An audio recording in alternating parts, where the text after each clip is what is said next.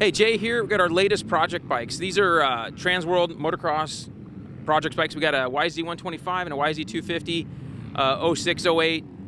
These are the mainstays. These bikes are still good today and very similar to the bike they sell today. So you can save yourself a lot of money and pick up older YZ125 or 250 to fix up, and you're no further back than you are if you had a brand new one. So we really like these bikes. This is a really interesting project. So a friend of ours, Michael Sleater, helped put this together with his buddy, Chad Hubbard, ex-pro racer, and him and his boy wanted to have some good bikes to ride and didn't want to spend a ton of money buying brand new bikes. So they found a good deal on these cheap YZ125 and 250 that needed to be rebuilt. And we're going to show you everything we've done to these things to make them not only look good, but also perform well. So again, really fun projects. You could do parts of these on your own bikes as you go.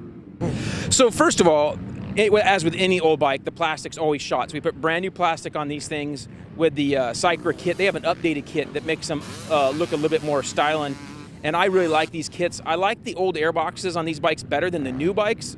They're stronger, they don't break. The other ones do break on the new bikes. So this is actually a better setup. I like it better, and we've been doing that on our two-strokes as well. So we got that with split design, made some custom graphics to get everything on there. Travis at Moto Seat, or the seat covers we always use, and those are really nice. One thing you'll notice, it's really interesting, the frame is powder coated black. Got it a real unique look. The frames were pretty shot.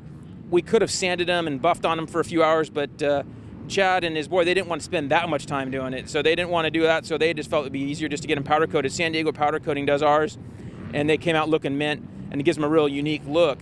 For our wheels, we went with the Tusk Impact wheel set, front and rear, on both bikes.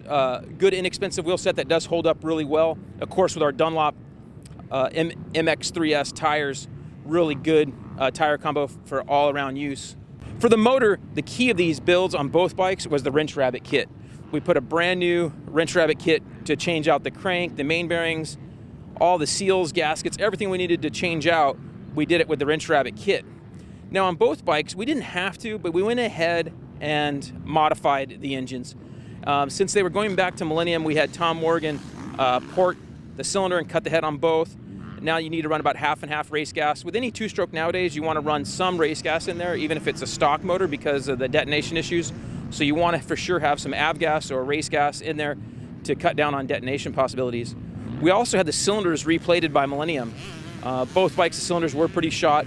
So that's an expense there, but it's fairly inexpensive to compare to still rebuilding a four-stroke, of course, and buying all those parts. We have the V-Force reed cage, along with our carb jetting. We run pretty close to the Pro Circuit jetting off their website, which works really well. All Balls makes a really cool kit to rebuild the carburetors, and so we have that on there, along with the All Balls throttle cable, clutch cable. Those are really nice to have as well. The radiators have both been kind of refurbished and rebuilt by ICW. They do an amazing job on these things. They make them better than new. They're stronger. We'll straighten them out if they're bent, and they come out just excellent. Applied has some cool clamps that we have rubber mounted, so we can have big bars on both these bikes. Billet clamps, we left them the silver raw look, which has a really cool look. A lot of guys did this in the past, and guys have gotten away from it, but they look really cool. Enzo went through the suspension on these things. Enzo's really good with these Yamaha KYB forks. They know these things in and out and come up with some great settings. We have the new Fast company foot pegs on these things, give a really good footprint. All right, so to finish everything off, we went with our Works Connection, has the great perch, which everyone's used to, and a few billet cool pieces to finish it off. We have the whole shot devices as well for any of those dirt starts we're going to do in racing. Of course, in the engine on both of these is the Vertex piston that comes in the wrench rabbit kit. Both bikes have the factory fatty FMF and shorty silencers for that great power and sound. On most older bikes, the chain slider and rear chain guide are both usually pretty beat and shot. TM Designs makes some really good bulletproof pieces here for this thing, and we run them on a lot of our off-road and motocross bikes, and they just hold up really well. Okay, so that's a good look at all the parts in this thing. As you see, we've thrown a lot of stuff at this. Some of it's critical, like, of course, rebuilding the engines and suspension. Some of those parts are critical. Some of it's not. We went a little bit overboard with doing everything, but even so, doing everything, we're still less than what new bikes cost, and we have some great running bikes. I've brought Chad in here, who owns these bikes, and What can you tell us about what you and your boy have done on this process of rebuilding these things, and what your plans are for riding? It's been fun. It's just been one of those little garage tinker things that we kind of just work in between with whatever time you got. And it's been fun. We just, we've, like I said, took them down to the frames and had them frames powder coated, and just have been slowly building them from there up. And finally got them done, and not getting the truck time we were hoping for, but we're still getting out there having some fun with them. So it's, just getting out there and riding them has been fun. Very good. How long did it take you guys from start to finish, do you think, to do these projects?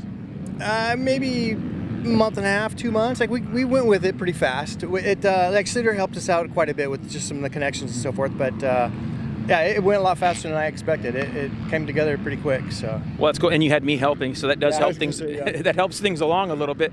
But you did the heavy lifting. We just did the engines and some of that stuff, so it wasn't too hard. On these projects, it's just sticking with it. I tell guys always to take photos when they take stuff apart, so they can kind of see where things go, and they don't forget. And you got your phones nowadays, you can take photos and video while you're taking it apart, and that helps. So what do you guys plan on doing as far as riding or racing with your boy? I heard your boy is 14, 15? He's 15 now, and he's having fun on the 125, or this one. He, no real pressure. We're just going out and having fun. Like I took this stuff seriously for a lot of years, and anymore, it's kind of fun just to go out with no pressure and just go out, have fun, just go out and practice days like this, and just ride, and wherever that takes us, it takes us, and just no pressure. Yeah, we're out here in California, and there's like 8 tracks within an hour of where we all live here. So we're out here at Paula today, and there's just tons of guys on a Friday. You wonder if anybody has a job, but apparently they have a job enough to buy bikes, but then they're still out here on a Friday. But so it's a really fun project. We're gonna go check these guys out riding it. You got your buddy Mike DiOrio with him to ride as well, since it's your boy's in school. Caden's in school, and that's important. We promote that. Although ditching every once in a while to ride's not bad. So we're gonna catch them out on the track riding. One other quick little thought. The numbers on here are a little significant for Sleater and a few of us. This is Donovan Mitchell's number, and he rode Yamahas before he signed his KTM deal years ago, before he got hurt bad. And then we have Michael's younger brother. We have his number before he passed away quite a few years back. So he did a little memorial for those guys with the numbers on the bike, and so we thought that was kind of cool. So we're gonna go check these guys out riding right now, and thanks for watching on this. Our Trans World Motocross project bike builds.